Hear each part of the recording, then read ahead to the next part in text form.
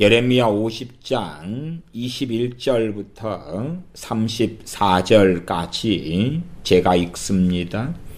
나 여호와가 말하노라. 너희는 올라가서 무로다임의 땅을 치며 북곳에 거민을 쳐서 진멸하되 내가 너희에게 명한 대로 다 하라. 그 땅에 싸움의 소리와 큰 파멸의 소리가 있으리라. 온 세계의 방망이가 어찌 그리 꺾여 부서졌는고 바벨론이 어찌 그리 열방 중에 황무지가 되었는고. 바벨론아, 내가 너를 잡으려고 올무를 놓았더니 너가 깨닫지 못하고 걸렸고 내가 나 여호와와 다투었으므로 만난 바 되어 잡혔도다. 나 여호와가 그 병고를 열고 분노의 병기를 내문 주 만군의 여호와 내가 갈대아인의 땅에 행할 일이 있음이라. 먼데 있는 너희는 와서 그를 치고 그 곡간을 열고 그것을 쌓아 무더기 같게 하라. 그를 진멸하고 남기지 말라. 그 황소를 다 죽이라. 도수장으로 내려가게 하라. 그들에게 화 있도다. 그들의 날 그 벌받는 때가 이르렀음이로다. 바벨론 땅에서 도피한 자의 소리여, 시온에서 우리 하나님 여호와의 보수하시는 것, 그 성전에 보수하시는 것을 선포하는 소리로다. 활 쏘는 자를 바벨론에 소집하라. 무릇 활을 당기는 자여 그 사면으로 진을 치고 쳐서 피하는 자가 없게 하라. 그 일한 대로 갚고 그 행한 대로 그에게 행하라. 그가 이스라엘의 거룩한 자 여호와를 향하여 교만하였음이니라. 그러므로 그날에 청년들이 그 거리에 엎드려지겠고 군사들이 멸절되리라. 여호와의 말이니라. 주 만군의 여호와가 말하노라. 교만한 자여 보라. 내가 너를 대적하나니 내 날 곧 너를 벌할 때가 이르렀음이라. 교만한 자가 걸려 넘어지겠고 그를 일으킬 자가 없을 것이며 내가 그 성읍들에 불을 놓으리니 그 사면에 있는 것이 다 살라지리라. 나 만군의 여호와가 이같이 말하노라. 이스라엘 자손과 유다 자손이 함께 학대를 받는도다. 그들을 사로잡은 자는 다 그들을 엄히 지켜놓아 주지 아니하거니와 그들의 구속자는 강하니 그 이름은 만군의 여호와라. 결코 그들의 원을 펴서 그 땅에 평안함을 주고 바벨론 거민으로 불안케 하리라. 아멘. 예레미야 50장 21절부터 34절까지 읽었습니다. 21절부터 32절까지가 바벨론에 대한 하나님의 심판 그리고 바벨론의 죄악상이 나와 있고 그리고 33절과 34절에 이스라엘과 유다에 대한 하나님의 말씀이 나와 있습니다.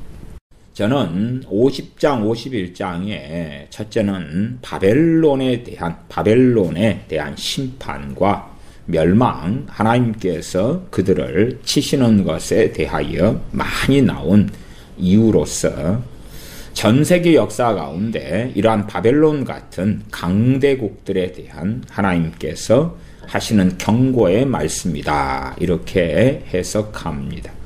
바벨론 같은 역사적 강대국이 그들에게 어떠한 일들이 벌어지는가 하는 것을 바벨론을 통하여서 전 세계 역사의 강대국은 교훈을 얻어야 하고 강대국의 국민들은 교훈을 얻어야 할 것입니다. 전 세계의 한 120개국 이상 되는 나라들 가운데 대한민국이 얼마나 강성한 나라가 되었습니까? 그러므로 대한민국도 이 바벨론 심판에 대한 하나님의 말씀에서 교훈을 반드시 얻어야 될 것입니다. 50장 21절입니다. 나 여호와가 말하노라 너희는 올라가서 브라다임의 땅을 치며 북옷의 거민을 쳐서 진멸하되 내가 너희에게 명한 대로 다 하라. 바벨론의 강성한 이 요새 같은 도시들의 대표적인 것이 무라다임과 북옷 같은 것이지요. 그런데 그들을 땅을 치고 북옷의 거민을 쳐서 진멸하라. 진멸은 무엇입니까? 남김이 없이 다 멸망시켜 버리는 것입니다. 어린아이나 혹은 여자나 임신부, 노약자를 살려두라 하는 것이 아니라 다 남김없이 다 죽여라 하는 것입니다. 새번역 성경은 남김없이라는 단어를 넣어서 번역을 했습니다. 그래서 무라다임의 땅을 치며 북옷의 거민을 쳐서 남김없이 진멸시키되 이렇게 번역을 했습니다. 진멸이라는 단어를 남김없이를 넣어서 더 확실한 설명을 첨가한 번역을 한 모양입니다.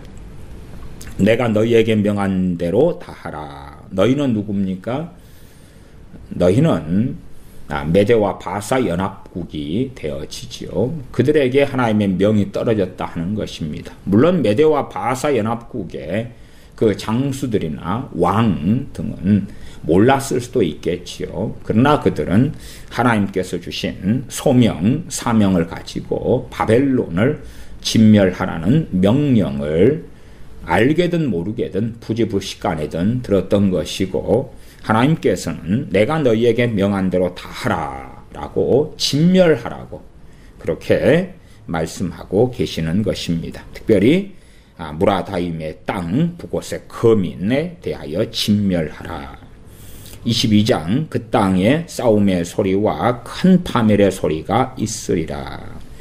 싸움의 소리가 들리면 얼마나 평안하지 못합니까? 저 멀리 떨어진 곳에서부터 전쟁의 소리가 들리고 파멸의 소리가 들리니 이 땅의 삶으로 한다면 부재불식간에 자다가 죽으면 좋은데 앞에서 화살이 날아다니고 사람의 비명소리가 들리고 어찌할 바를 모르는 그러한 참담함이 있겠지요.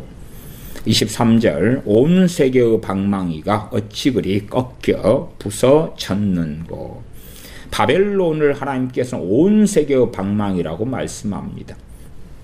왜냐하면 바벨론을 들어서 많은 나라들을 하나님께서 심판하셨기 때문에 그렇습니다. 그러면 그 심판을 하는 도구가 된 바벨론, 또한 하나님께서 바벨론을 들어서 많은 민족, 많은 나라들을 심판하시는 온 세계의 방망이로 사용하셨는데 그런 것을 넘어선 교만과 악함과 우상숭배가 바벨론에 있었다 하는 것이지요. 나아가 포로된 이스라엘 백성과 유다 백성들을 학대했다 하는 것입니다.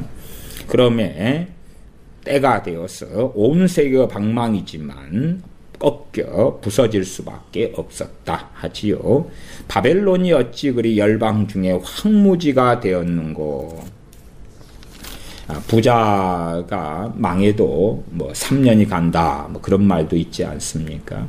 이러한 대단한 강대국이 망한다는 것은 쉽지가 않습니다.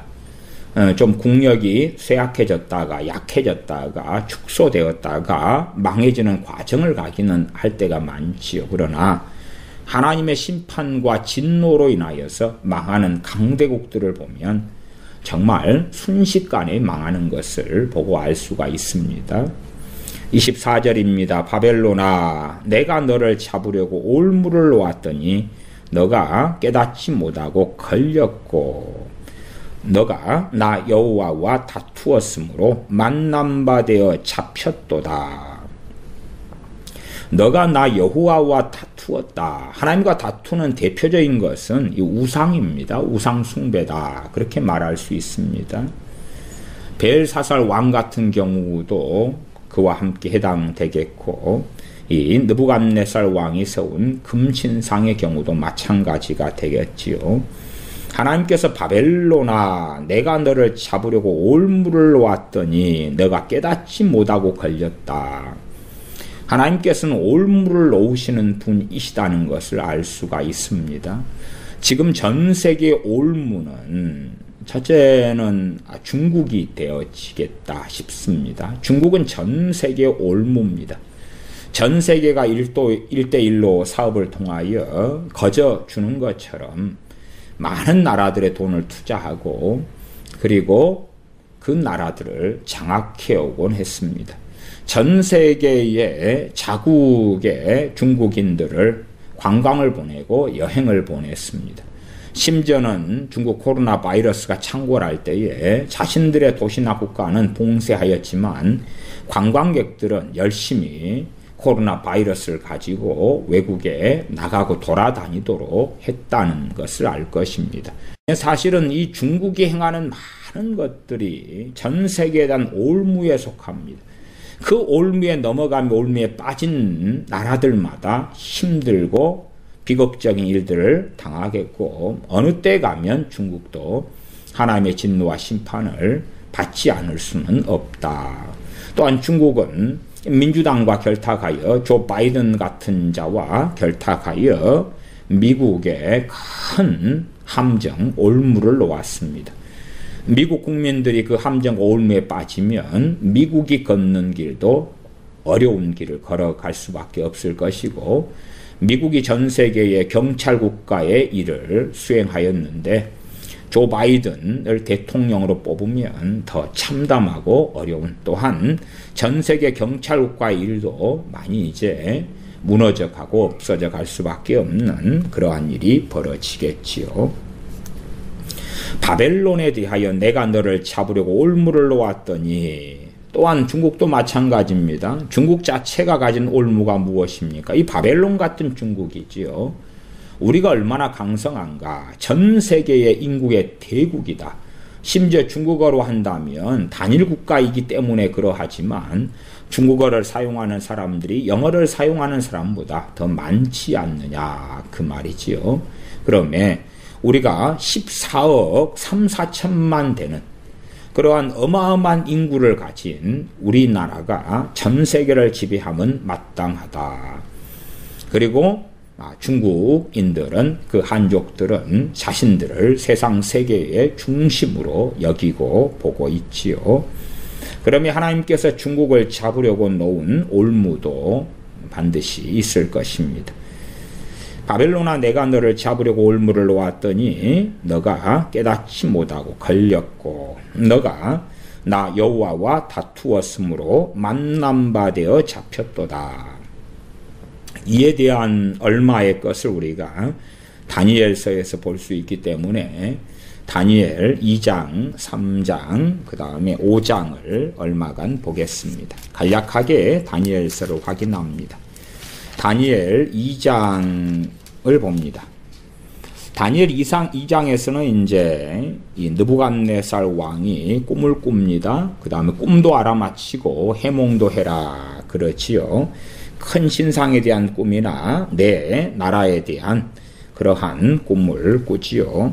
그리고 하나님의 사람 다니엘이 그 꿈과 꿈의 내용을 해석하여 줍니다. 그때에 이 바벨론 왕 느부갓네살은 이렇게 행합니다. 2장 46절부터 보면 이에 느부갓네살 왕이 엎드려 다니엘에게 절하고 명하여 예물과 향품을 그에게 드리게 하니라. 왕이 일개 이 노예 소년에서 이제 그 관원이 된 그 다니엘에게 절을 하고 예물과 향품을 바치게 되지요. 당시에 다니엘은 박사에 들어가 있었다 이렇게 말할 수 있겠지요. 47절 왕이 대답하여 다니엘에게 이르되 너희 하나님은 참으로 모든 신의 신이시요 모든 왕의 주제시로다. 너가 능히 이 은밀한 것을 나타내었으니 내 하나님은 또 은밀한 것을 나타내시는 자시로다. 왕이 이에 다니엘을 높여 귀한 선물을 많이 주며 세워 바벨론 온 도를 다스리게 하며 또 바벨론 모든 박사의 어른을 삼았으며 바벨론의 박사 가운데 있다가 박사의 어른이 되었다. 또한 바벨론 온도를 다스리게 되는 이러한 직책을 얻었다. 49절 왕이 또 다니엘의 청구대로 사드락과 메삭과 아벳느고를 세워 바벨론 도의 일을 다스리게 하였고 다니엘은 왕궁에 있었더라. 느부갓네살 왕이 하나님의 살아계심을 그가 꾼 꿈과 그 꿈을 알아맞히며 해석하는 다니엘을 통하여 경험합니다. 그러나 다니엘 3장에 가면 느부갓네살이 또한 얼마 있다가 어떤 일을 행하냐 그러면 3장 1절에 느부갓네살 왕이 금으로 신상을 만들었으니 고는 높이는 60규빗이요 광은 폭은 6규빗이라 그것을 바벨론 도에 두라 평지에 세웠더라. 이 어마어마한 금신상을 만들어서 세웠다 그 말이지요. 그 다음에 이제 이 금신상에게 절하라 하는 것입니다. 절하라고. 3장 3절로 가보겠습니다.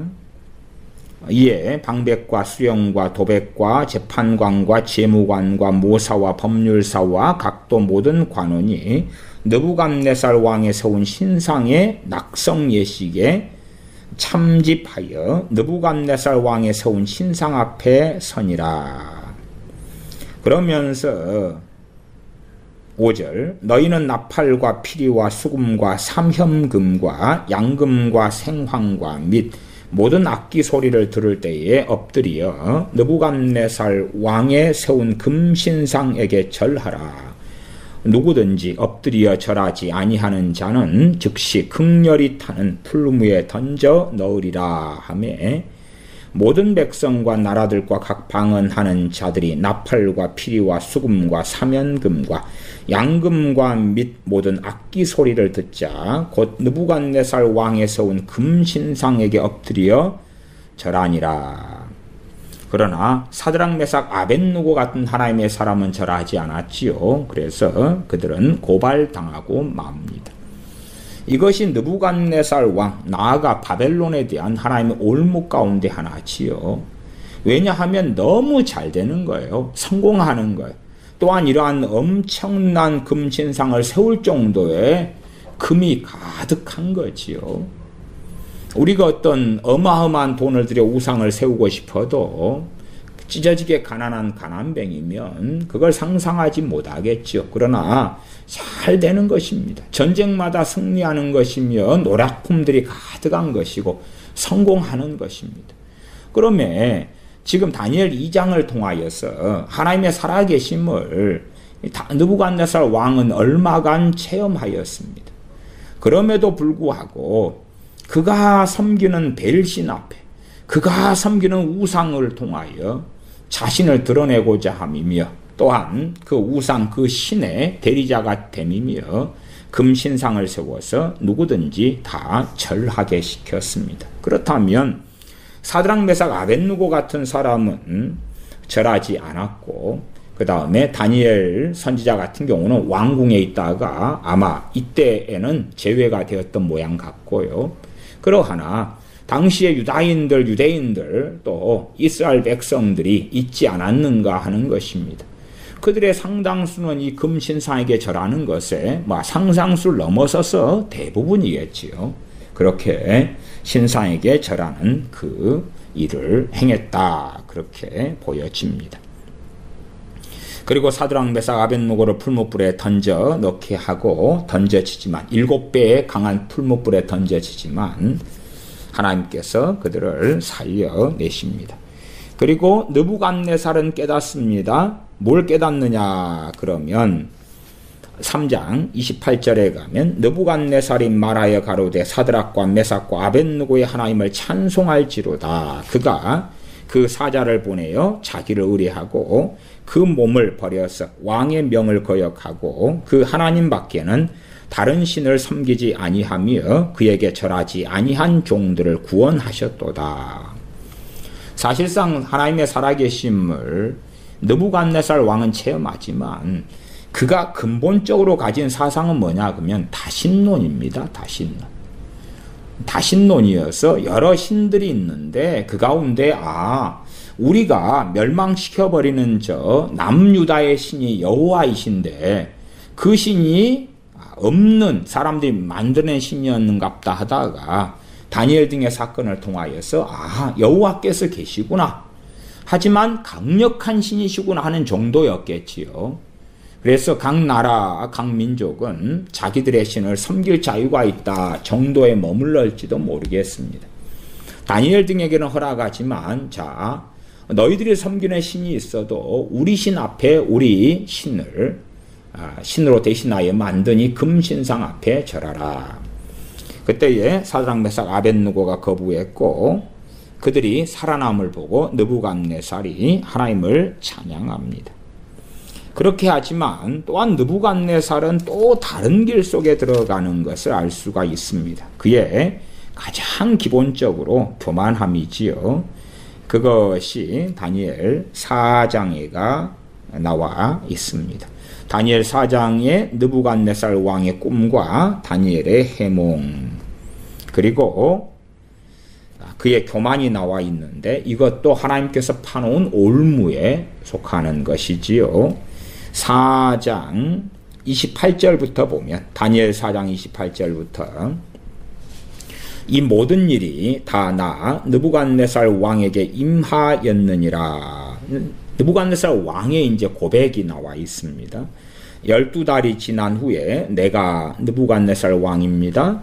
바벨론 궁 지붕에서 건일세. 12달이 지났다. 12달 전에 무슨 일이 있었냐 그러면 느부갓네살 왕의 꿈과 다니엘의 꿈 해몽이 있었습니다. 그 다음에 12달 1년이 지난 다음에 일이지요. 바벨론 궁 지붕에서 건일세. 30절이에요. 그러니까 바벨론 궁 위에서 거니는데 모든 것이 형통하고 잘되고 성공하고 자기는 건강하고 그 다음에 행복하고 자기 자신의 능력에 대하여 자부심이 너무나 생기고 그런 것이죠. 그게 올무다 그 말. 올무. 그냥 돈은 많은데 성공하는데 자기 몸은 아파 죽겠고 자녀들이 아주 엉망이 되고 나라들마다 점령했는데 반란이 계속 일어나고 자기의 장군들 가운데 대적하고 달라드는 반란군이 나오고 내후 외환이 일어난다면 그 교만은 많이 꺾였겠지요. 그러나 그러지 않다 그 말이에요. 더 강성하고 잘되고 창고에는 금은 보화가 가득하고 하는 전쟁마다 승리하고 자기 몸도 너무 건강하고 좋고 잘 나가는 것입니다. 만사가 소위 형통한 것처럼 잘 나가는 것이지요. 그것이 하나님의 올무에 속하는 것입니다. 우리는 그러한 일들이 벌어질 때에 교만해지고 그 올무 속에 들어가고 잡히는 일들을 보지요. 12달이 지난 후에 내가 느부갓네살 왕이 바벨론 궁 지붕에서 건일세 29절 30절 나 왕이 말하여 가로되 이 큰 바벨론은 내가 능력과 권세로 건설하여 나의 도성을 삼고 이것으로 내 위엄의 영광을 나타낸 것이 아니냐 하였더니 자기의 교만, 권세, 권능에 빠져버린 것이지요. 얼마나 내가 위대한 인물인가. 이 놀라운 바벨론 제국의 황제인 느부갓네살이라 할지라도 내가 잘나서 그렇다 그러면 끔찍한 일이 그 다음엔 기다리고 있는 것입니다. 과연 이 세상 그 누가 하나님 앞에서 내가 잘나서 그렇다고 말할 수 있겠습니까? 못 그러지요. 그 누가 어떤 기업의 사장이요? 어떤 나라의 수상과 대통령이요? 누가요? 어떤 나라의 왕이요? 누가요? 사실은 그러한 일이 어떤 자들에게 있다면 그 후에 그 기업이나 대기업은 몰락해가는 걸 알 수가 있어요. 실제로 대기업 같은 경우도 그렇게 잘 나가는 대기업도 대기업의 수명이 그렇게 오래가지는 않습니다. 그러면 저는 그 이유 중에 하나로서 시대가 변해가는데 대처를 잘 못했다 그런 것은 일반적인 논점이고 저는 말씀 성경적인 논점으로는 그 대기업을 일군 대기업 그 대주주나 혹은 오너 같은 사람들의 교만을 가장 근원적인 문제로 저는 삼습니다. 그들의 교만, 그들의 악함, 그러기 때문에 그러한 대기업의 몰락이 대다수가 일어났다. 그에 대한 이유로 말씀드립니다. 그리고 이제 바벨론의 마지막 왕이 벨사살 왕인데 다니엘 5장에 나와 있습니다. 다니엘 5장 1절을 봅니다. 벨사살 왕이 그 귀인 1,000명을 위하여 큰 잔치를 배설하고 그 1,000명 앞에서 술을 마시니라. 벨사살이 술을 마실 때에 명하여 그 부친 느부갓네살이 예루살렘 전에서 취하여 온 금, 은, 기명을 가져오게 하였으니 이는 왕과 귀인들과 왕후들과 빈궁들이 다 그것으로 마시려 함이었더라. 이에 예루살렘 하나님의 전 성소 중에서 취하여 온 금 기명을 가져오매 왕이 그 귀인들과 왕후들과 빈궁으로 더불어 그것으로 마시고 무리가 술을 마시고는 그 금, 은, 동, 철, 목석으로 만든 신들을 찬양하니라. 이게 신들이죠. 다원신, 다신론입니다. 많은 신들을 섬기는 것이지요. 그 신들이 눈에 보이지 않기 때문에 금, 은, 동, 철, 목석, 나무나 돌로 신들을 만든다 그 말이에요. 때로 금신상, 은신상, 동신상, 철신상, 나무신상, 그 다음에 돌신상을 만들어서 찬양을 한다. 근데 무슨 짓을 하며 찬양을 하냐 그럴 때에 여호와의 전기명, 전능하신 아버지 하나님께 제사 지낼 때 쓰는 기구들을 가져와서 그 가운데 금그릇으로 술 마시면서 우상을 숭배하더라.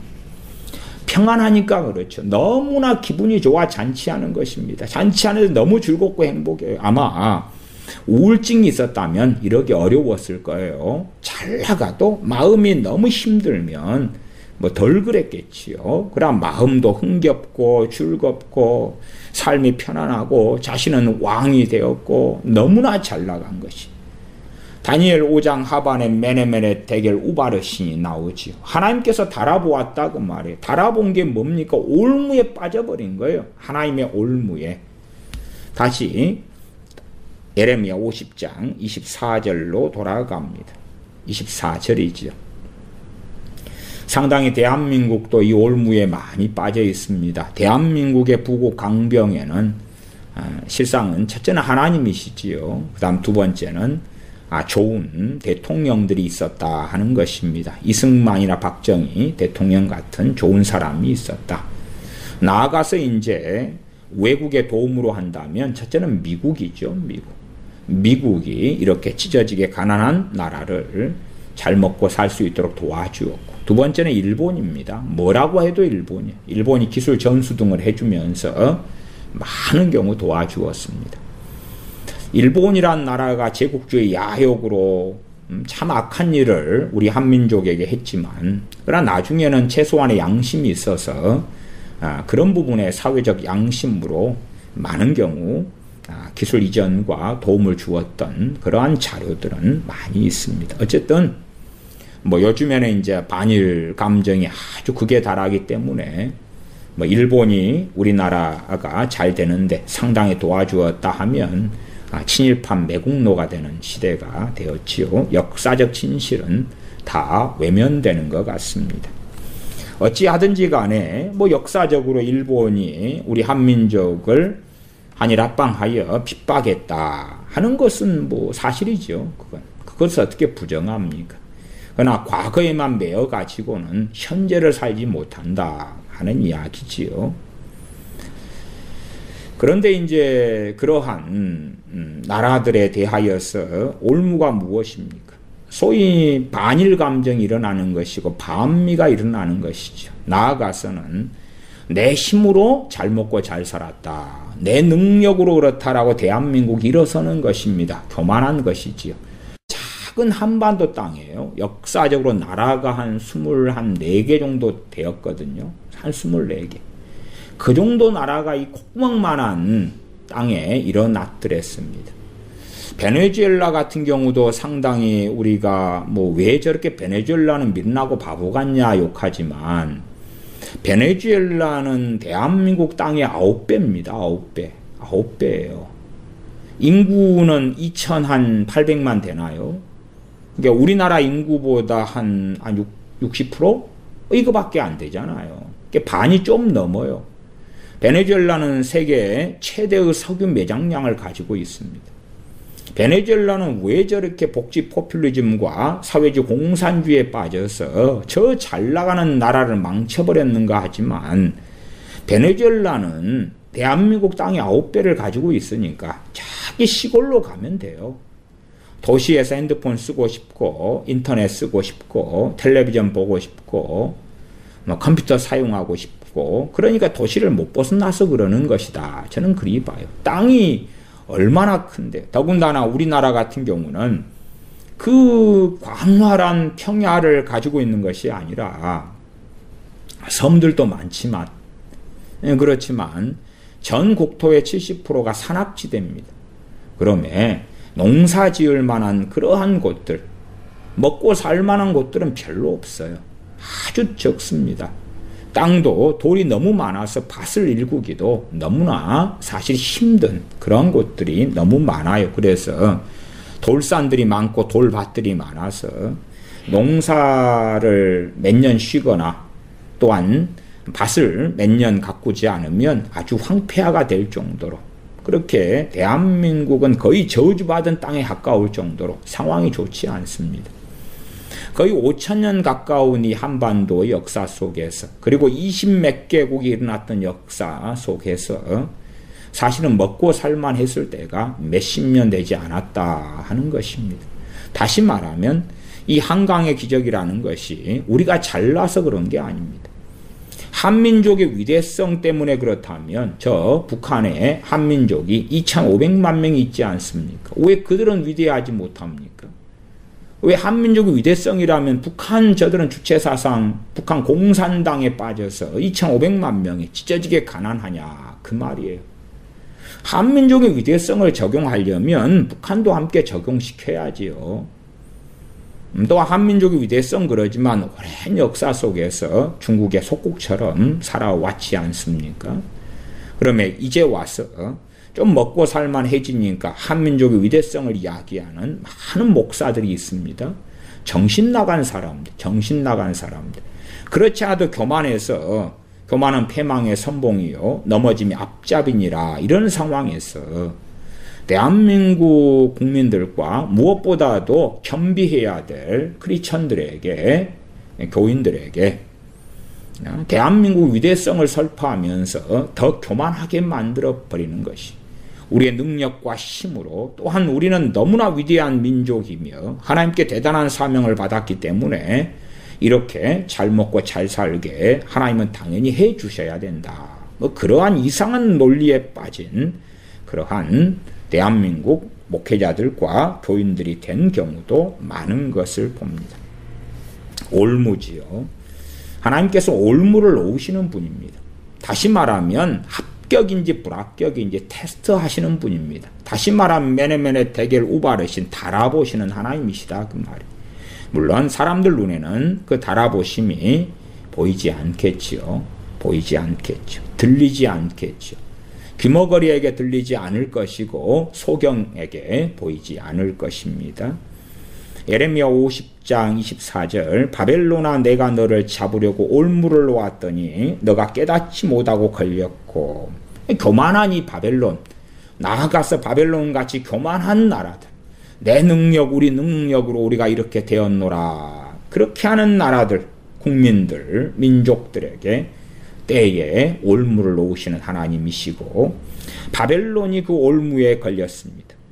올무를 놓았는데 올무를 깨닫지 못했다. 앞에가 함정이 덫이 있는데 덫을 보고도 보지 못하고 거기에 걸렸다 그 말이에요. 군대 전쟁으로 한다면 저는 군대에 있을 때 지뢰밭을 매설하고 지뢰밭을 해제하고 그런 훈련 등을 하였습니다. 지뢰밭이 있고 지뢰가 놓였는데 깨닫지 못했다는 건 얼마나 끔찍합니까? 그리고 지뢰를 밟아버렸어요. 그게 걸렸다는 것입니다. 24절 중반에. 너가 나 여호와와 다투었으므로 만남바 되어 잡혔도다. 하나님과 다투면 끔찍한 것입니다. 하나님과 다투는 사람들이 있어요. 하나님과 다투는 지금 현재에도 대한민국 우파라는 사람들 가운데요, 소위 기독교인들이 하나님을 걸고 이야기를 하는 사람을 많이 봅니다. 하나님을 걸고 이야기. 말하자면 하나님께서 문재인을 하야시켰다든지 뭐 그런 것들이 있잖아요. 하나님 이름으로 뭘 자꾸 이야기해. 대한민국에 대한 하나님 이름으로 이야기. 그러나 시간 지나면 거짓말인 게 다 드러나죠. 광화문에서도 전 모 목사가 하나님을 걸고 끊임없이 선동을 했는데 그것이 지금까지 이루어진 게 하나도 없고 다 거짓말이었지. 그냥 그러니까 한 사람의 정치인이 돼가지고 한 사람의 불신자가 돼가지고 하나님 이름 걸지 않고 그냥 선동을 해라 그 말이에요. 선동을. 그러면 그냥 뭐 말할 게 없죠. 세상 사람의 골고루 존재하니까. 그러나 끔찍한 것은 하나님의 이름을 걸고 선동하는 것은 하나님과 다투는 것입니다. 하나님과 다투는 거예요. 하나님께서 말씀하지 않은 것을, 나아가 하나님께서 금하신 것을. 지난 시간도 말씀드렸습니다만 욕을 욕으로 갚지 말고 악을 악으로 갚지 말고 선으로 악을 이겨라. 그러나 광화문에 서가지고 목사란 사람이 기독교인들을 선동하여서 함께 욕하고 저주하고 하나님의 이름으로 욕하고 저주하고 그러면서 하나님께서 우리를 승리하게 해주셨다고 승리하게 한다고. 그리고 2020년 4.15 총선에서 상상할 수 없는 패배를 맛보았지요. 물론 저는 4.15 총선에 최소한 경합지역에는 부정선거가 많이 있었다 하는 입장입니다. 그러나 어쨌든 부정선거가 있든지 없든지 간에 하나님께서는 대한민국 소위 우파의 손을 안 들어주고 계시다 하는 것이지. 또한 좌익 정권이 하는 대로 대한민국은 다 흘러가고 있습니다. 하나님과 다투면 안 되는 것입니다. 하나님 앞에서 하나님을 경외하고 섬겨야 되는 거예요. 그러나 하나님을 경외하기는 고사하고 하나님과 친하니까, 나 친해서 하나님과 가까운 사이니까 하나님 까불면 나한테 죽어.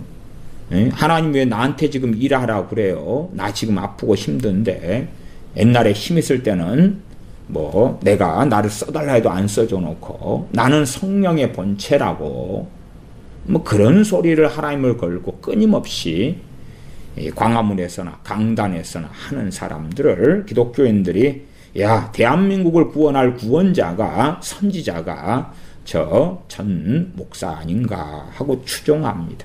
지금도 대한민국에 추종하는 사람이 최소한 한 40만 이상은 저는 된다고 봅니다.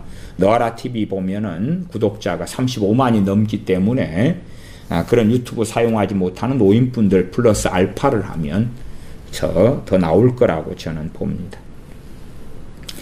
너가 나 여호와와 다투었으므로 만난 바 되어 잡혔도다. 바벨론 왕 느부갓네살이나 벨사살도 성경 기물을 갖다가 술 마신 데 쓰면서 우상 숭배를 하는 것이지요. 이게 여호와와 다투는 것이고 바벨론 왕 느부갓네살도 하나님의 살아계심을 경험하고 경험하면서도 교만해서 이 바벨론 나라를 내가 세웠다. 나의 능력으로 세웠다. 여호와와 다투는 것이죠. 일반적으로 하나님 아버지와 다투는 것은 우리의 교만입니다.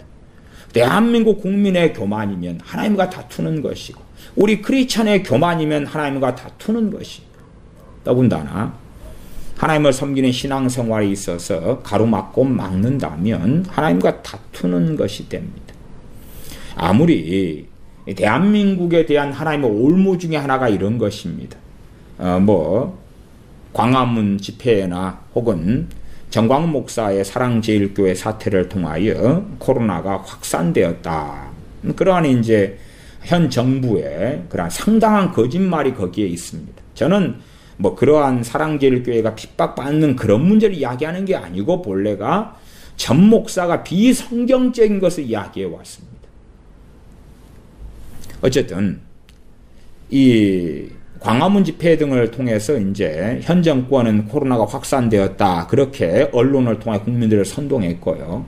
그래서 국민들은 기독교인이라면 고개를 설레설레 흔들게 되었습니다. 그것이 하나님의 올무입니다. 하나님의 올무예요.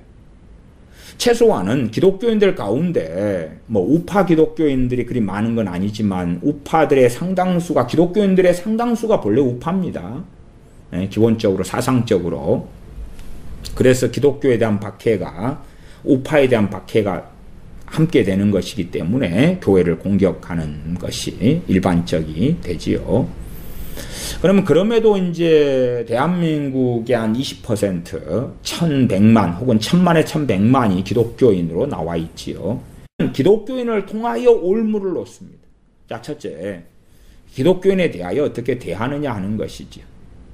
실제로 교회 예배를 통하여 코로나가 확산되었다 할지라도, 그렇다 할지라도 세상 사람은 하나님의 이름으로 있는 하나님의 백성을 공격하면 안 됩니다. 그건 올무예요, 올무. 불신자들이 앞으로 앞길을 선택하는데 올무예요, 올무. 더군다나 아무리 팬데믹 코로나가 확산되어도 심지어는 교회들에서 코로나 확진자가 많이 나와도 정말 올무에 걸리지 않으려면 많은 교회들에게 당신들 대면 예배 드리십시오. 당신들 예배를 자유롭게 드리세요. 코로나가 확산되어도 당신들 예배 드리고 싶으면 드리세요. 그렇게 돼야 되는 것이. 그러니까 첫째는 현 정권이 올무에 걸려 있는 것이고, 현 정권이 올무에 걸려서 현 정권의 좌익만 이렇게 끝장나면 참 아름다운 모습이겠는데, 현 정권이 올무에 걸린다는 것은 현 정권이 다스리고 있는 대한민국의 전체가 올무에 걸리는 것을 이야기합니다. 자꾸만 대한민국 안에 사는 우파들은 현 정권과 자기를 분리시키려 합니다만은 대한민국 호가 침몰될 때에 같이 침몰되는 거라는 것을 이해하셔야 됩니다. 현 정권이 올무에 걸리고 있습니다. 그래서 교회를 핍박하고 K방역, 코로나 방역을 이유로 공격하고 있고, 그 다음에 교회들 예배당이죠. 예배당에서 교회가 예배 드릴 때에, 그럴 때에 주변에 있는 많은 국민들은 고소 고발하고 신고하고 있습니다. 그게 올무예요, 올무. 야, 교회들에서 코로나가 퍼져간단다. 그게 올무지요. 그 올무에 걸리면 저 기독교인들 경계 대상, 저 기독교인들 암덩어리 같은 존재, 과거에 신천지 같은 존재 아니야. 저 기독교인들 때문에 혹은 교회들 때문에 코로나가 대한민국에 퍼져가 저들을 모이지 못하게 해야 돼. 저들을 예배하지 못하게 해야 돼. 저들이 하나님께 기도하지 못하게 해야 돼. 그게 올무에 대한민국이 걸린 올무입니다. 올무는 뭐냐? 하나님의 백성들이 자유롭게 기도하고 예배하도록 풀어놔야 되는 것이지. 그러나 분명히 그 교회 가운데는 코로나 확진자가 나올 것입니다. 믿는 크리스천 가운데 나올 것입니다. 그게 올무예요. 그게 올무. 전 세계가 가진 올무예요. 그 올무는 참 많아요. 중국이 올무가 되고, 중국의 1대1로 사업을 통하여 투자하고 하는 것들이 올무가 되고, 악한 자들에게 커넥션을 가져서 돈을 대주는 것도 올무고, 코로나 때문에 또한 교회를 핍박할 수 있는 명분을 가져서 마음껏 핍박하는 것도 또 다른 올무가 되겠죠. 그때 하나님께서 그것을 나 여호와와 다툰다라고 보시는 것이고, 너가 나 여호와와 다투었으므로 만남바 되어 잡혔도다. 무엇과 만납니까? 하나님과 다투기 때문에 올무와 만나고 함정에 빠져요. 지뢰밭을 밟고 터지는 거예요.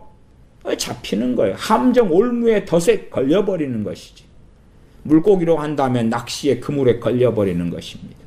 그리고 이제 횟감이 되거나 생선구이가 되거나 그렇게 잡혀 죽는 것이지요. 25절 나 여호와가 그 병고를 열고 분노의 병기를 내면 주 만군의 여호와 내가 갈대아인의 땅에 행할 일이 있습니다. 복을 주시는 것도 아니고 그 은혜와 긍휼을 베푸시는 것도 아니고 그 병기고를 연다. 분노의 병기를 꺼내신다 하는 것입니다. 이 분노의 병기를 통해서 갈대아인의 땅인 바벨론에 행할 일이 있다. 하나님의 그 진노를 병기를 통하여 풀어버리겠다.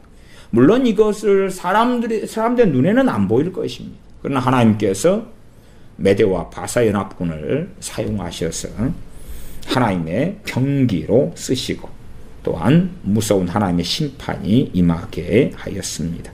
26절 먼 데 있는 너희는 와서 그를 치고 그 곡간을 열고 그것을 쌓아 무더기 같게 하라.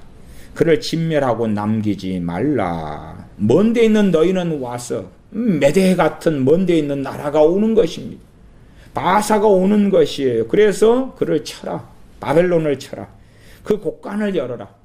그리고 그것을 쌓아 무더기 같게 하라.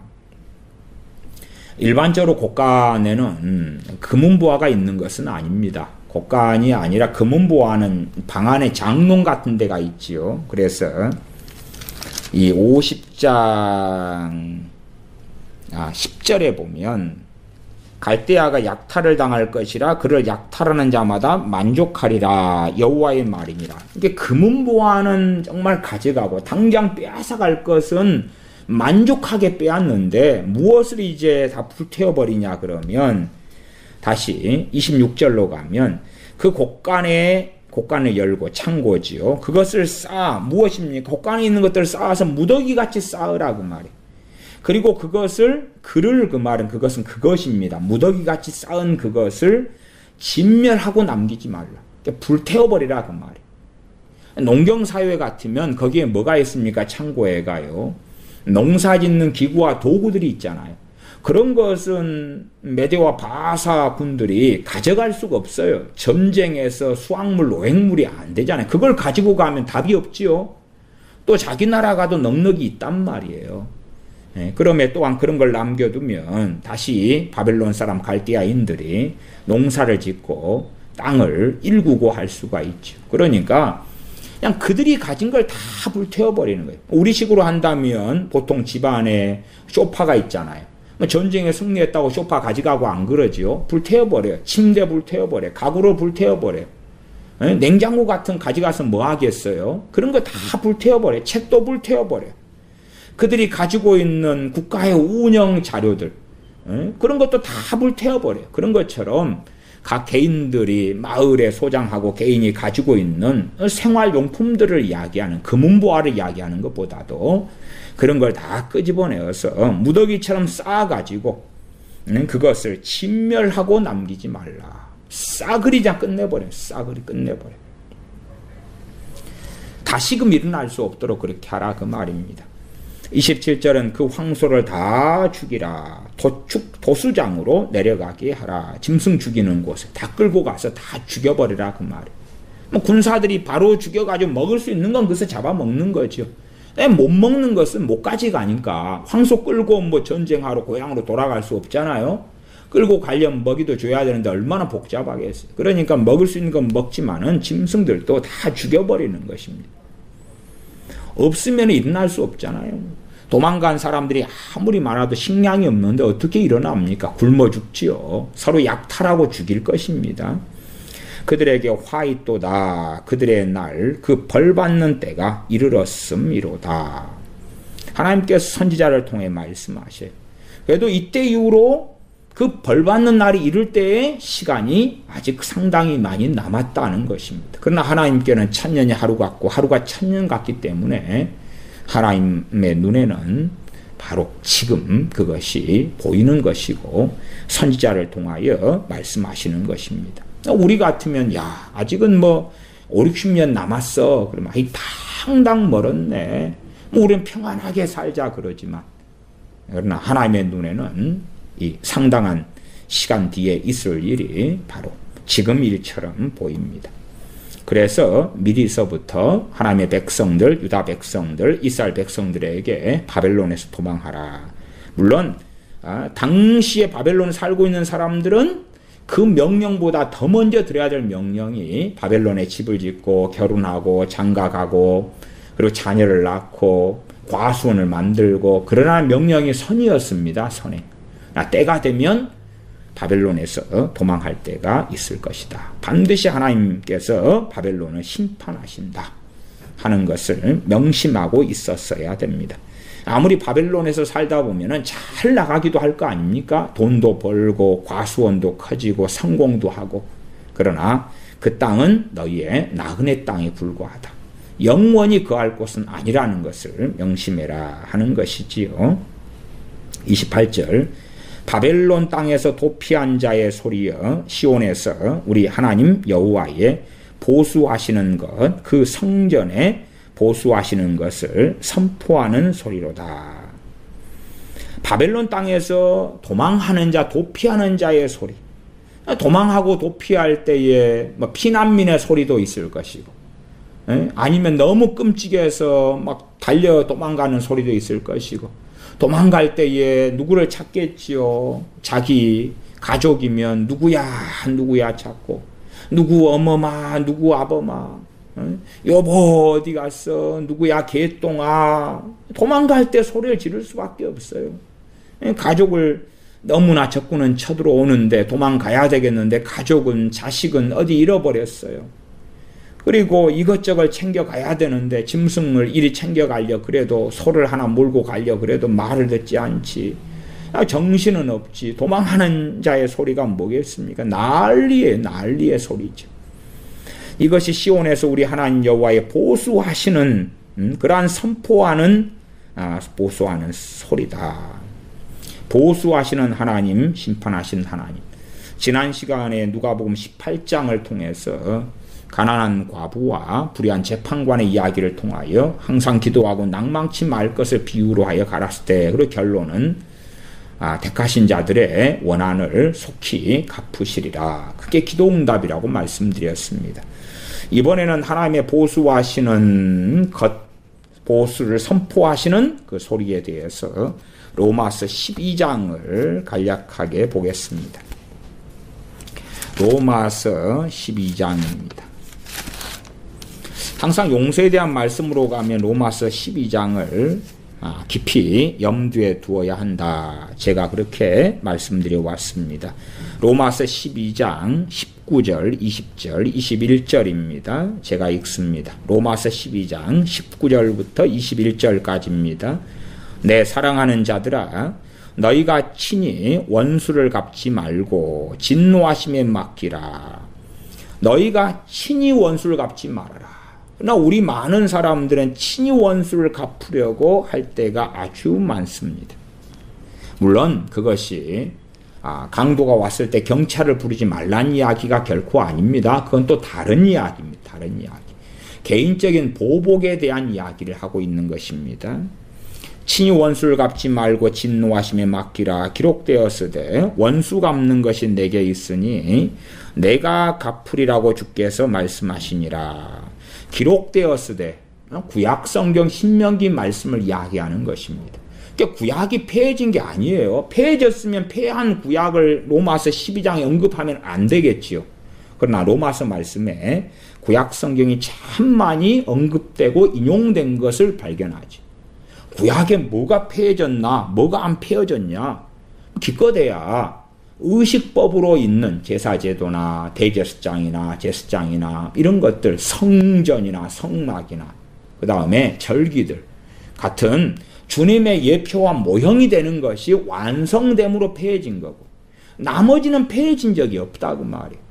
그래서 구약의 말씀 신명기 32장 35절에 인용된 것입니다. 기록되었을 때 그 다음에 나온 원수 갚는 것이 내게 있으니 내가 갚으리라. 이것이 신명기 32장 35절에 있는 말씀이에요. 내가 갚으리라고 주께서 말씀하시니라. 20절 너 원수가 줄이거든 먹이고 목마르거든 마시우라. 그리함으로 너가 숯불을 그 머리에 쌓아놓으리라. 악에게 지지 말고 선으로 악을 이기라. 원수를 갚아주신다고 말씀하고 있는 것입니다. 원수 갚는 우리 믿는 사람들의 방법이 어찌 되는가? 악에게 지지 말고 선으로 악을 이기는 방식이다. 이게 악에게 지지 말아서 목마르거든 먹이고 마시우게 하고 줄이거든 먹이우라 하는 것입니다. 이것은요, 그 북한 돕기하고 다른 것입니다. 북한을 돕는 것은 원수 갚는 걸 맡기는 게 아니라 악을 돕는 것이에요. 마치 남한국 유다 여호사밧 왕이 북왕국 아합 왕을 돕는 것과 같이, 그건 악을 돕는 것이지 원수가 아니고 친구가 된 거 아닙니까? 지금 현재 대한민국 정권은 북한 정권과 김정은 정권과 친구가 되는 거잖아요. 친구가. 아미고가 되는 것이에요. 아미고. 그건 절대 다른 것입니다. 친구가 되는 것이 아니에요. 정말로 하나님 앞에 서 있다면 김정은 정권을 돕는 문제가 아니라 북한 인권을 이야기해야 돼. 북한 인권을.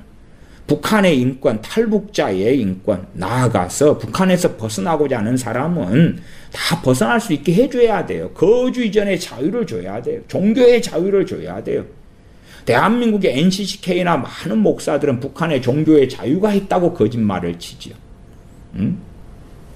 우리나라에 예수전도단을 만들었던 목사라는 사람도 북한에 종교의 자유가 있다. 그 거짓말을 하죠.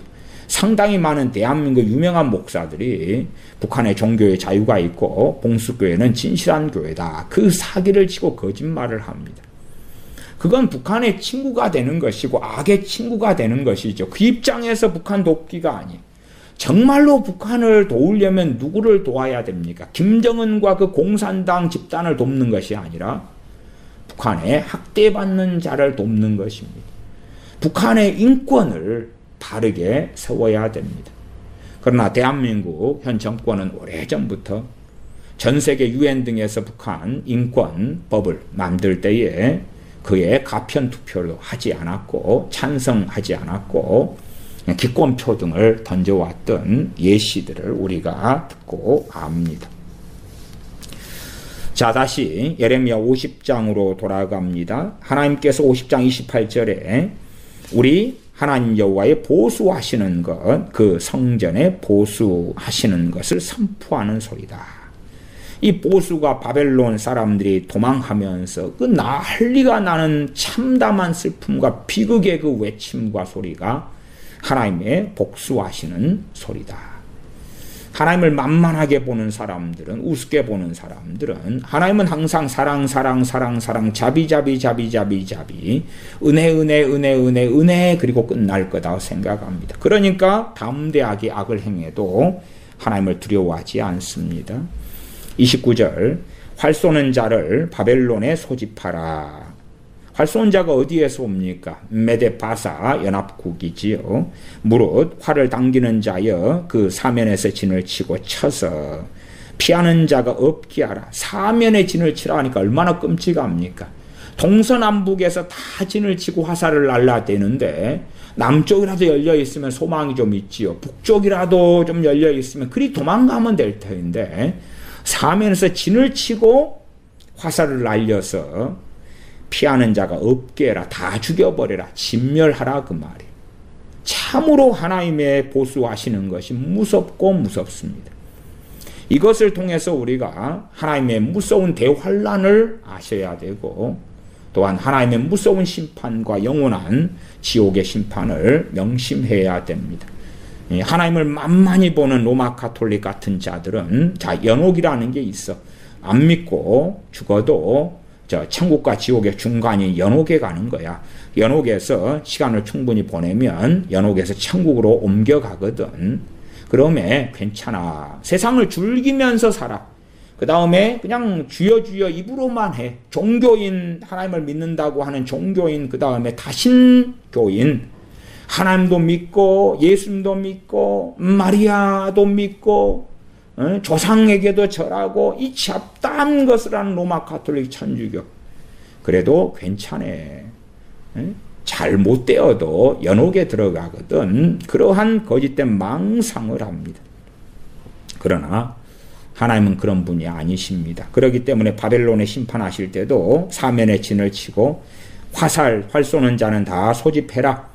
사면에서 피하는 자, 도망하는 자가 없도록 다 쏴 죽여라 그럽니다. 뭐 우리 같은 장년만 있습니까? 전쟁하는 군인만 있습니까? 아닙니다. 노약자들 다 어린아이, 갓난아이, 피부치, 임산부 다 있습니다. 야, 노약자 우대 이런 거 아닙니다. 그런 게 아니에요. 그런 게 아니라 다 쳐서 도망하는 자, 도피하는 자, 피하는 자가 없게 하라. 그게 29장 중반입니다. 아마 이런 것은 요즘에 목회자들은 설교를 안 하겠지요. 왜? 교인들이 안 좋아하니까. 전도가 안 되잖아요. 야, 하나님 무서운데. 그래서 이러한 하나님은 덮어버린 채 이분은 그냥 구약의 하나님, 구약의 하나님과 신약의 하나님이 마치 다른 것처럼 거짓말을 하지요. 그러나 한 분 하나님이시고 그 하나님 아버지께서 자신의 아들을 이 세상에 보내신 것입니다. 29절 하반에 나와 있습니다. 그 일한 대로 갚고 그 행한 대로 그에게 행하라. 그 값이 무엇입니까? 물론 갓난아이가 뭘 했겠습니까? 그러나 바벨론 전체가 심판받을 때 연대 책임이에요. 연대 책임. 연대 책임. 엄마 뱃속에 있는 태아가 뭘 했겠습니까? 한 게 없겠지요. 그러나 함께 하나님의 진노 속에 받는 것입니다. 그 일한 대로 갚고 그 행한 대로 그에게 행하라. 그럼 바벨론이 포악하게 행했던 대로 사면에서 다 포위해가지고 화살로 쏴서 다 죽여버리는 것입니다. 그렇게 그 일한 대로 갚고 그 행한 대로 그에게 행하라. 그가 이스라엘의 거룩한 자 여호와를 향하여 교만하였음이니라. 교만이 행하는 것입니다. 전능하신 하나님의 이름에 둔 도성 예루살렘을 회파하고 무너뜨릴 때도 하나님이 약해서 그런 게 아니라는 것을, 하나님 말고는 전 세계에 신은 존재하지 않는다는 것을, 그걸 망각하는 것이고, 오히려 자신의 벨신이 힘이 있고 능력이 있기 때문에, 자신들의 벨신이라고 하는 무로닥신이 강력하기 때문에 저 이스라엘, 유다를 쳐서 멸했다. 그들이 섬기는 하나님에 대한 성경 기물을 가지고 왔다. 그것을 술잔을 삼아서 술이나 마시고 건배하자. 그리고 술잔을 들어 건배하면서 이 여호와라는 신을 섬기는 이 유다인들을 쳐서 멸망시키고 그들의 성경 기물로 우리가 술 마시면서 우리의 금, 은, 동, 목석의 신들을 찬양하자. 그리고 찬양했던 것입니다. 그것이 다니엘 5장의 벨사살 왕과 그와 함께 모였던 그러한 자들의 악행이고, 하나님께서는 그 중심이 되는 벨사살에 대하여 메네메네 대결을 우바르시 하고 달아서 미달되어서 그를 죽이셨습니다. 그가 이스라엘의 거룩한 자 여호와를 향하여 교만하였음이니라. 그 누구라도 천년만년 살지 못하고 그 누구라도 자신의 생명을 구원하지 못하고 하나님께서 손을 드시면 오늘 밤이라도 끝장을 내시는 것을 알아야 됩니다. 30절입니다. 그러므로 그날에 청년들이 그 거리에 엎드려지겠고 군사들이 멸절되리라. 여호와의 말이니라. 청년들이 얼마나 힘이 있습니까? 바벨론 제국의 청년들이고 군사들인데 멸절되리라. 31절 주 만군의 여호와가 말하노라. 교만한 자여 보라. 내가 너를 대적하나니 내 날 곧 너를 벌할 때가 이르렀습니다. 교만한 자여 보라 할 때 그 교만한 자가 바로 바벨론입니다. 대한민국 국민들은 교만합니까? 겸손합니까? 대한민국 국민들은 교만합니까? 겸손합니까? 하나님께서 바벨론을 다셨을 때에 교만한 자라고 칭하셨고 말씀하셨습니다. 대한민국은 정말 이 반만년 역사 가운데 가난뱅이로 또한 20개 이상의 나라를 만들면서 쌈박질은 하고 평균 약 3년에 한 번씩 전쟁이 있는 그러한 나라 사람으로 살아왔을 때에 얼마나 교만할 건덕지가 있는가. 그러나 교만하다면 교만의 무게만큼 하나님의 진노와 심판은 속히 임하게 되는 것입니다. 그 대한민국만이 아니라 그 어떤 세계의 나라들이라도 교만하다면 하나님의 때가 되어서 교만한 자여 보라. 내가 너를 대적하나니 너 날 곧 너를 벌할 때가 이르렀음이라. 그 교만이 차면 어느 때에 물이 끓는 것처럼 하나님의 보복하시는 심판하시는 때가 이르게 됩니다. 32절 교만한 자가 걸려 넘어지겠고 그를 일으킬 자가 없을 것이며 내가 그 성읍들의 불을 놓으리니 그 사면에 있는 것이 다 살라지리라. 대표적인 바벨론 심판의 이유가 바벨론의 교만이다. 느부갓네살 왕도 그 교만을 우리가 다니엘서를 통해 확인했고 바벨론의 마지막 왕 벨사살 왕의 교만도 함께 살펴보았습니다. 이것은 일반적인 하나님의 보편적 진리가 되지요. 바벨론만이 아니라 32절에 교만한 자가 걸려 넘어지겠고 그를 일으킬 자가 없을 것이다. 교만한 자가 내 스스로의 능력을 자랑하고 내 잘남을 자랑하고 나만큼 똑똑한 자가 없어. 나만큼 성경을 잘 해석하는 자가 없어. 내 능력으로 하나님께 큰 영광을 돌려드렸다. 나는 정말 지혜롭다. 다 교만이죠. 때가 되면 다 걸려 넘어지게 되는 것입니다. 그리고 그를 일으키고 건져낼 자가 없게 될 것이라 말씀합니다. 33절 나 만군의 여호와가 이같이 말하노라. 이스라엘 자손과 유다 자손이 함께 학대를 받는도다. 그들을 사로잡은 자는 다 그들을 엄히 지켜 놓아주지 아니하거니와.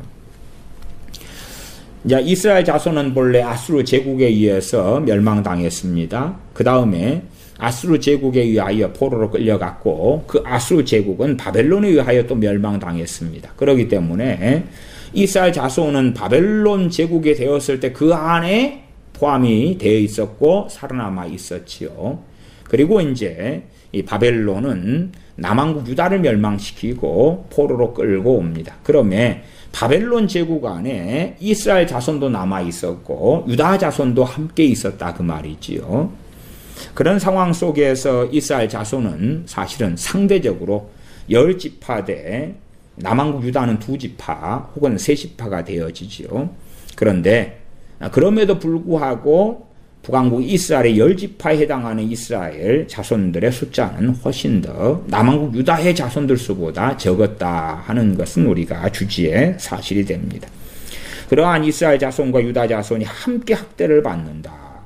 이 하나님의 백성들이 자기들의 죄로 하나님의 징계와 진노와 심판을 받는 것이어도 이방인들, 이 바벨론 사람들은 하나님의 자녀들을 우대해야 되는 것입니다.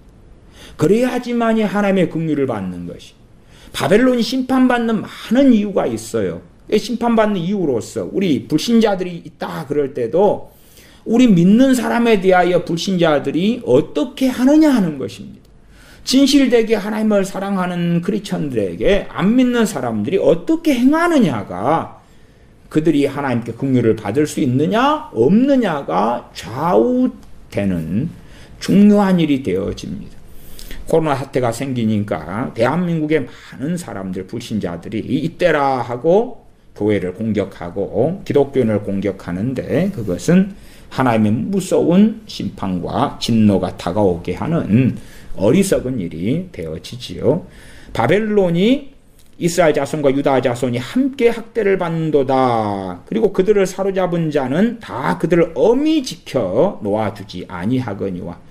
때가 되면 이제는 바벨론의 마음대로 살게 하면서 놓아주어서 포로에서 노예에서 풀어놔줘야 되는데 그렇게 하지도 않고 엄히 지키고 그들을 학대하고 살아왔다. 그게 다수의 일이었다 그 말이지요. 그러면 그것이 하나님께서 바벨론 사람들을 심판하는 이유가 됩니다. 소위 어떤 엄마의 아이가 5살 아이라고 합시다. 왜 나는 여기에서 비참하게 심판받아 죽습니까? 내가 무슨 죄를 지었나이까 할 때에 5살 아이에 대하여 하나님은 그러실 것입니다. 너 아비가, 너 할애비가, 너 엄마가, 너 할머니가 하나님의 백성들을 학대했도다. 그리고 그 책임을 함께 져야 된다고 말씀하실 것입니다. 34절입니다. 그들의 구속자는 강하니 그 구속자가 누굽니까? 이스라엘과 유다의 구속자이신 하나님이 강하시다. 하나님이 약하시기 때문에 그런 일이 벌어진 게 아니라 하나님의 백성들이 하나님께 반역하고 배반했기 때문에 하나님이 심판을 하신 것이지 약해서 그런 게 아니다. 그들의 구속자는 강하니 그 이름은 만군의 여호와라. 결코 그들의 원을 펴서, 그들의 원을 편다는 것은 그들의 원한을 풀어주어서 그 말입니다. 그들의 탄원을 들어주어서 그렇게도 번역할 수 있습니다. 그들이 누구냐 하면 이스라엘과 유다의 탄원을 풀어주고 들어주겠다. 누가복음 18장으로 가난한 과부의 그 원한을 갚아주겠다 그 말입니다. 그러면 이 이스라엘 자손과 유다 자손이 하나님께 범죄함으로 포로로 끌려갔으나 그들이 바벨론 사람들에게 범죄한 게 아니다 그 말이.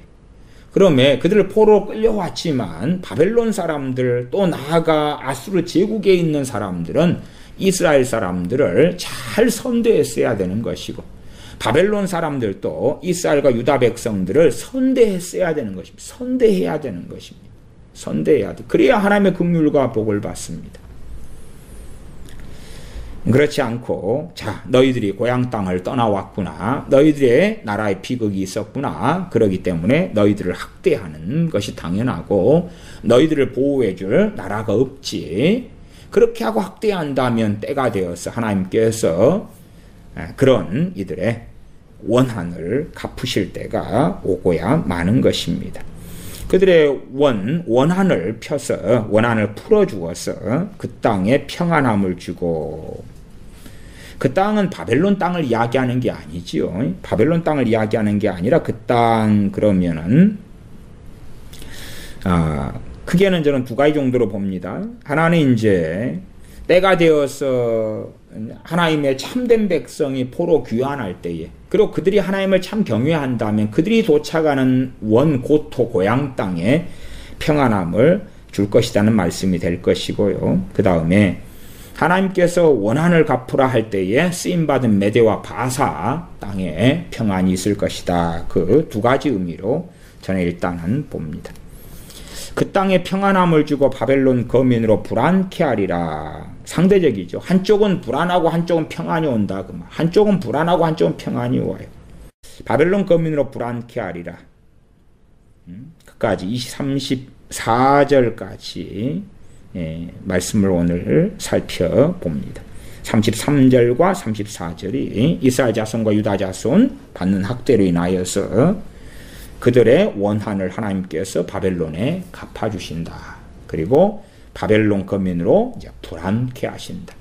그 전까지 이스라엘 백성, 유다 백성 학대하면서 잘 먹고 잘 살았는데 이제 너희의 슬픔의 때가 날이 다가온다 하는 말씀이 됩니다. 기도하겠습니다. 아버지 하나님, 하나님께서 바벨론을 심판하시기 위하여 올무를 파시는 것을 봅니다. 마찬가지로 이 세상의 강대국이나 여러 나라 민족의 흥망성쇠 가운데 올무가 되는 기본적인 것이 참된 하나님의 자녀 백성들인 것을 본즉 어리석게 되어져서 이 세상이 아무리 악하게 흘러가도 하나님의 백성들에 대하여 종교의 자유를 침해하고 억압하고 학대할 때에 무서운 하나님의 올무에 빠져들어 하나님의 진노를 불러오며 참된 하나님의 백성들의 원한이 하나님께 사무쳐 마침내 하나님의 진노가 이룰 터이온즉 참으로 우리가 이러한 시대의 흘러감을 보면서 지혜 없는 어리석은 사람들이 아니라 말씀을 통해 지혜를 얻는 지혜자로 시대와 때를 분별하며 살게 도와주시옵소서. 우리 주 예수님의 이름으로 기도하옵나이다.